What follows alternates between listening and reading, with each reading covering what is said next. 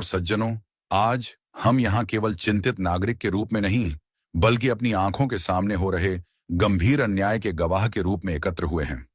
बांद्रा पूर्व में बीकेसी भारत नगर का मामला केवल जमीन का विवाद नहीं है। ये एक बड़े घोटाले का प्रतिनिधित्व करता है, जो हमारे लोकतांत्रिक संस्थानों की अखंडता और हजारों आम लोगों की भलाई के लिए खतरा है। जैसा कि आप में से कई लोग जानते हैं, बुधपुर अडानी 44 एकड़ म्हाड़ा भूमि पर एक एसआरए योजना को जबरदस्ती लागू कर रहा है, जिसे म्हाड़ा लेआउट के रूप में नामित किया गया था और 2018 में राज्यपाल द्वारा आधिकारिक तौर पर राजपत्रित किया गया था। यह भूमि सार्वजनिक लाभ और आवास विकास के लिए थी, अब खतरे में है संदिग्ध प्रथाओं के लिए। यह एक अलग घटना नहीं है। 2006 में इसी तरह का एक घोटाला भारत नगर में हुआ था, जब एचडीआईएल कथित तौर पर अडानी की ओर से काम करते हुए इसी जमीन के संबंध में संदिग्ध गतिविधियों में शामिल थी।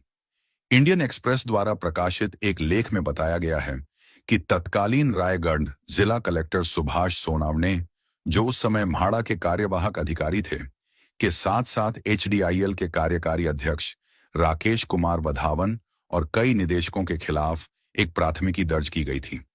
भ्रष्टाचार निरोधक ब्यूरो ने इन दावों की जांच की, जिसमें इस घोटाले के कारण सरकारी खजाने को काफी वित्तीय नुकसान होने का खुलासा हुआ। फिर भी चौंकाने वाली बात यह है कि इतिहास खुद को दोहराता दिख रहा है। आज भारतीय व्यवसाय में सबसे प्रमुख नामों में से एक अदानी पर भारत नगर में म्हाड़ा की 44 एकड़ भूमि पर पुनर्विकास एसआरए के लिए एक समान धोखाधड़ी योजना लागू करने का आरोप है। इस भूमि को 2018 में राज्यपाल द्वारा राजपत्रित किया गया था। इसे कानूनी रूप से सार्वजनिक उपयोग और संरक्षण के लिए चिह्नित किया गया था। एचडीआईएल को दिवालिया दिखाने के बाद अडानी को बीकेसी प्रोजेक्ट मिला, लेकिन अडानी बुधपुर बिल्डकॉन के नाम पर अपने गुंडों को भेज रहा है और वे बिना किसी म्हाड़ा एनओसी के, बिना किसी विकास समझौते के म्हाड़ा किराएदारों के घरों को जबरदस्ती तोड़ रहे हैं। एक फर्जी ड्राफ्ट एनेक्स्चर और एक फर्जी बसेरा सोसाइटी के साथ, जिसके पास आरटीआई के माध्यम से किराएदारों की सूची नहीं है। एसआरए ने बुधपुर अडानी को एलओआई जारी किया और उन्हें अतिक्रमणकारी दिखाया। अदालत में वे झूठी दलीलें दाखिल कर रहे हैं। सर्वोच्च न्यायालय के स्थगन आदेश के बावजूद वे अपना निर्माण कार्य कर रहे हैं और बीकेसी पुलिस भी अडानी के गुंडों का समर्थन कर रही है। 50,000 करोड़ रुपए के अनुमानित इस घोटाले की गंभीरता को कम करके आंका नहीं जा सकता। इससे भी अधिक चिंताजनक बात यह है कि जिन लोगों को इस तरह के भ्रष्टाचार के खिलाफ हमारा बचाव करना चाहिए, उनकी ओर से भयानक चुप्पी है। वर्षा गायकवाड़, जो कभी चुनाव के समय चिंता दिखाती थीं, अब स्पष्ट रूप से अनुपस्थित हैं।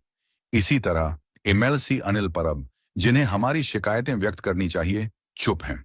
हमारे मुख्यमंत्री एकनाथ शिंदे ने अभी तक इस विशाल मुद्दे का समाधान नहीं किया है, जिससे मुंबई को कॉरपोरेट हितों के लिए टुकड़ों में बेच दिया जा सके।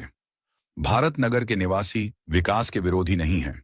वे केवल अपना उचित हिस्सा चाहते हैं। डीसीआर 33(5) के तहत उनके अधिकार, जो उन्हें उचित उपचार और मुआवजे की गारंटी देता है। यह प्रगति का विरोध करने का सवाल नहीं है, बल्कि यह सुनिश्चित करने का है कि प्रगति न्याय और वैधता की कीमत पर न हो। हम अपने नेताओं, अपने विधायकों और अपने मीडिया से आह्वान करते हैं कि वे अपनी चुप्पी तोड़ें और एक स्टैंड लें। यह सिर्फ भारत नगर या अडानी के बारे में नहीं है। यह पारदर्शिता, जवाबदेही और न्याय के मूल्यों के बारे में है, जिन पर हमारा समाज बना है। मुंबई का भविष्य और हमारे लोकतांत्रिक संस्थानों की अखंडता इस बात पर निर्भर करती है कि हम आज इस घोटाले को कैसे संबोधित करते हैं। आइए हम जवाब मांगें, किराएदारों के अधिकारों की वकालत करें और सुनिश्चित करें कि इस बड़े विश्वासघात के लिए जिम्मेदार लोगों को जवाबदेह ठहराया जाए। अब समय आ गया है कि हम अपने शहर और अपने लोकतंत्र को भ्रष्टाचार और लालच की पकड़ से मुक्त कराएं। धन्यवाद।